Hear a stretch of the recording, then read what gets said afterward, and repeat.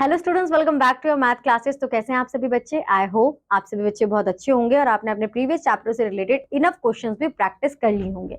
अब हम पहुंच गए एक नए चैप्टर पे which is linear equation in one variable and chapter number 8।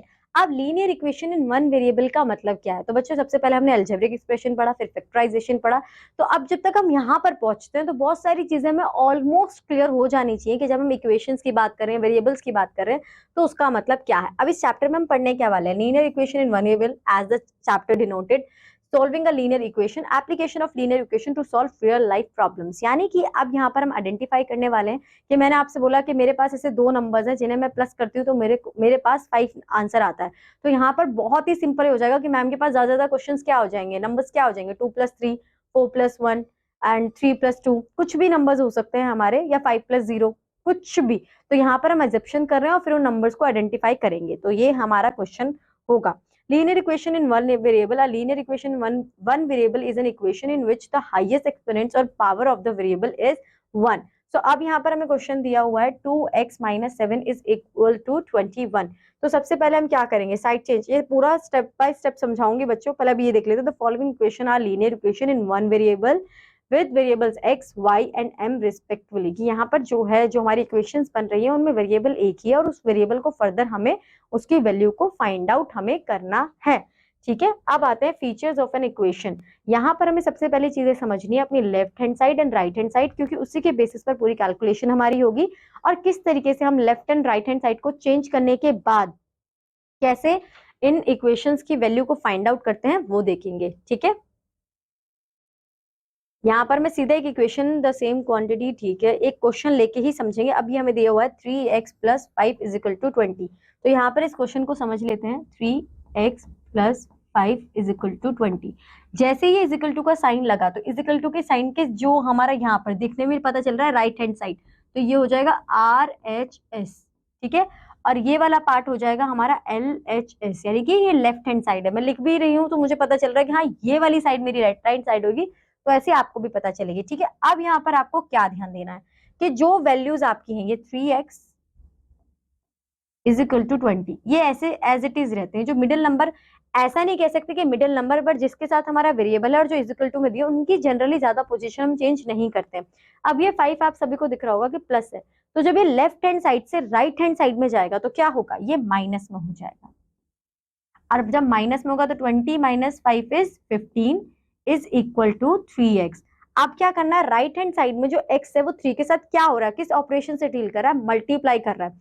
तो जब मैं इसकी साइड चेंज करूंगी, x यहीं पर रहेगा, मेरे वो जो न्यूमेरिकल कोफिशिएंट्स है वो चेंज होंगे। ठीक है, 15 भी वही रहेगा। अब ये जो 3x के साथ मल्टीप्लाई हो रहा था, अब ये हो जाएगा 15 के साथ डिवाइड। ठीक है, अपोजिट हो जाता है। प्लस है तो माइनस, माइनस है तो प्लस, मल्टीप्लाई है तो डिवाइड, डिवाइड है तो मल्टीप्लाई। तो x की वैल्यू क्या आ जाएगी? x की वैल्यू आ जाएगी 5। 3 1 ज़ा 3, 3 5 ज़ा 15। और यहाँ पर हमारी वैल्यू यही आई हुई है। ठीक है, हमने x की वैल्यू भी फाइंड आउट कर ली। और अगर हमें ये कहा गया जाता when variable is only one side of the curve, ठीक है, ये रहा हमारा आंसर।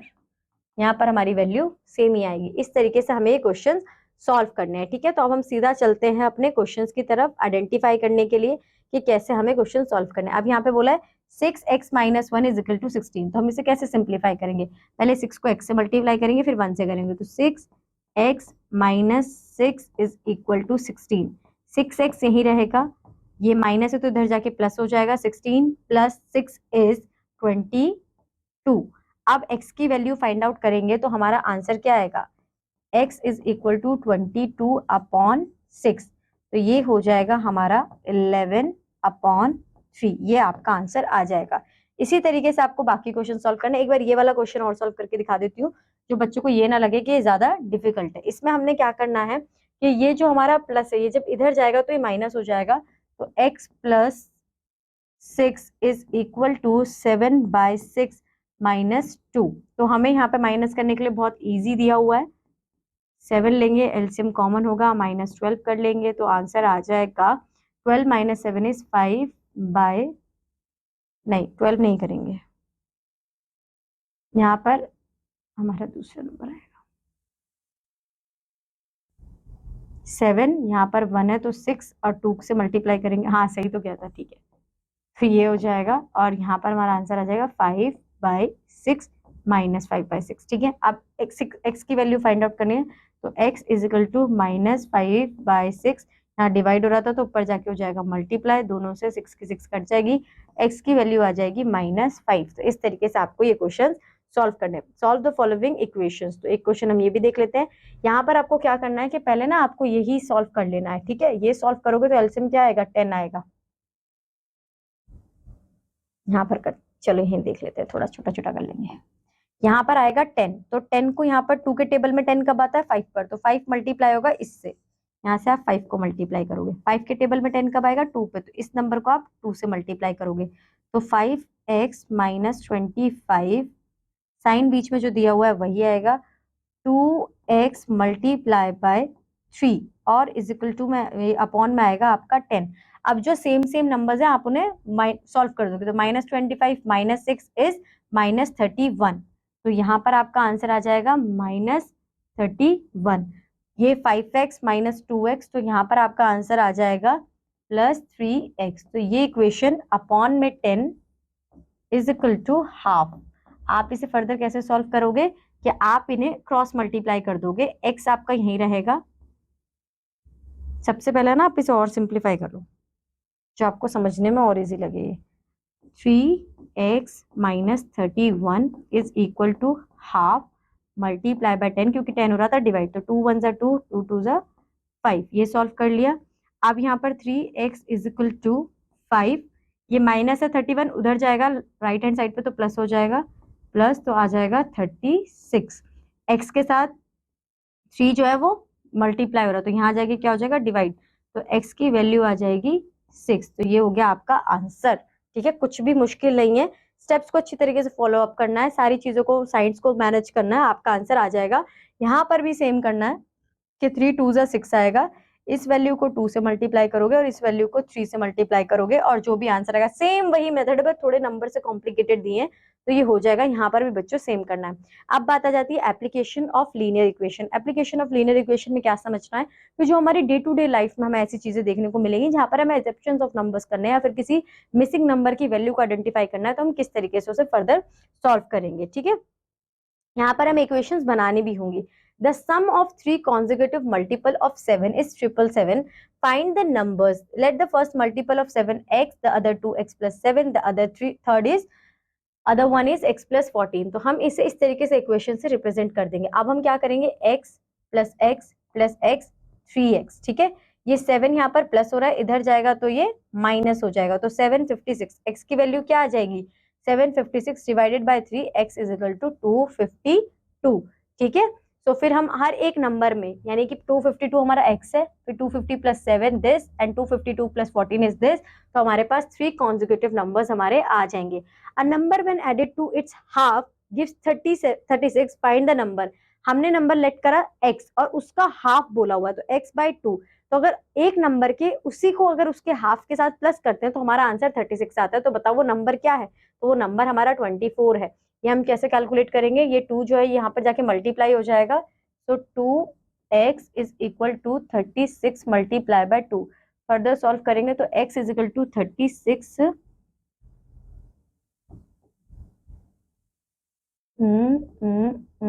इसे आप सॉल्व करोगे, आपका आंसर फर्दर आ जाएगा, ठीक है।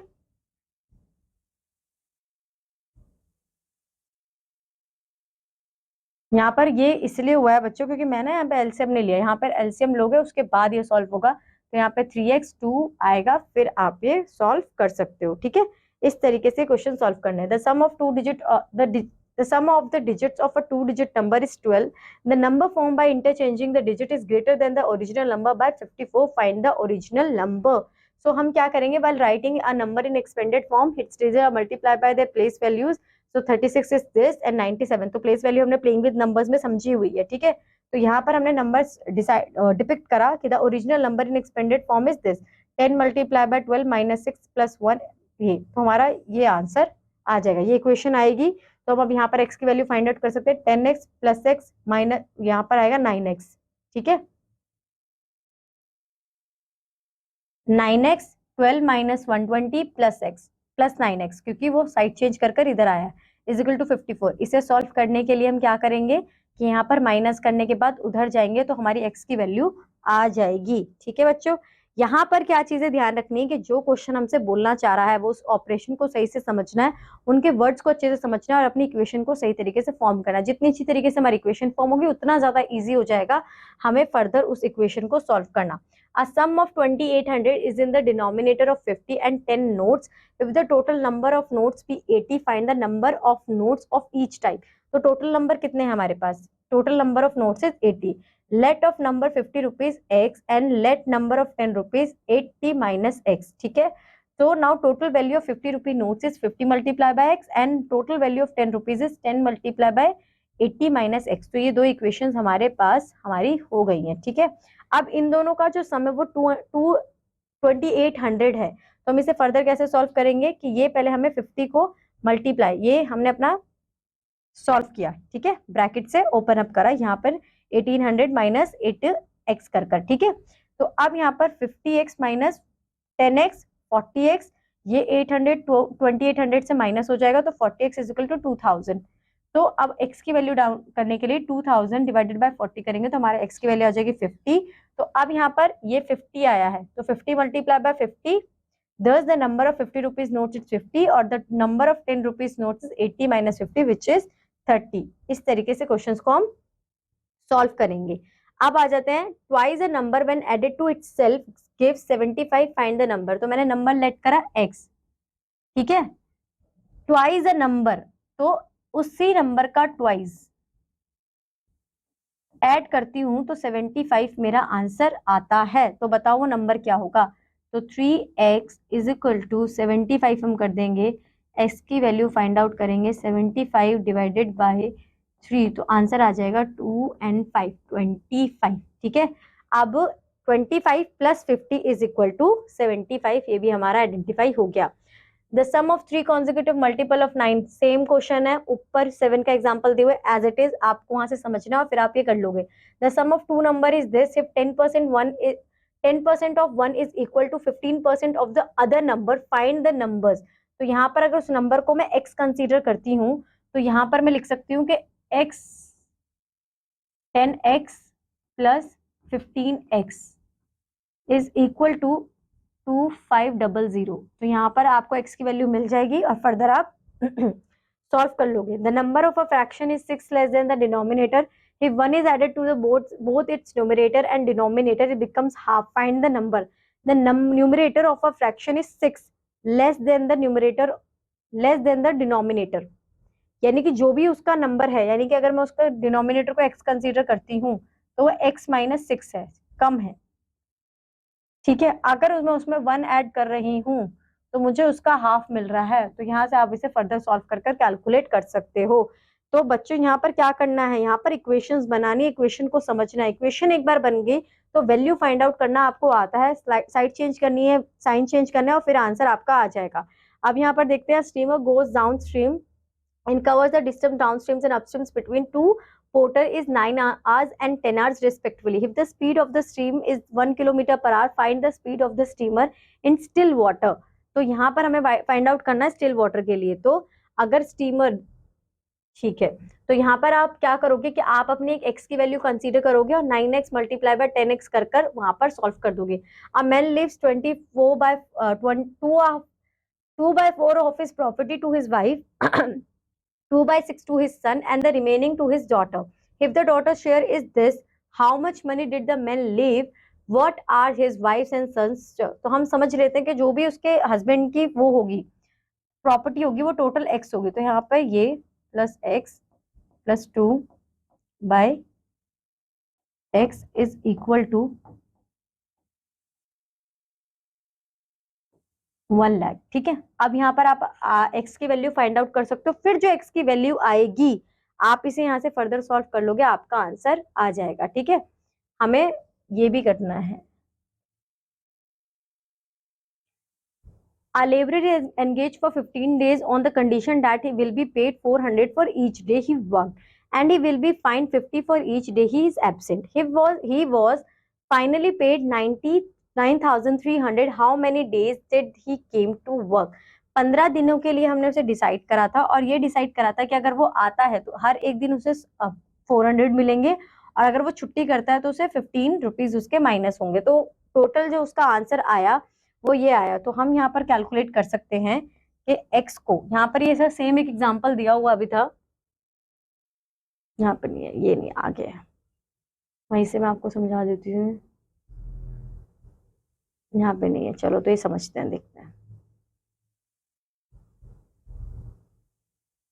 अब यहाँ पर 15 डेज के लिए आया है वो, तो 15 डेज अगर हम उसके जो वैल्यू है उसे कंसीडर करते हैं कि x उसका कुछ अमाउंट होगा, तो हम यहाँ पर 400x माइनस 50x कर कर इज इक्वल टू अगर 9300 कर दें और मल्टीप्लाई करें इसे 15 से, तो हमारा फर्दर आंसर आ जाएगा।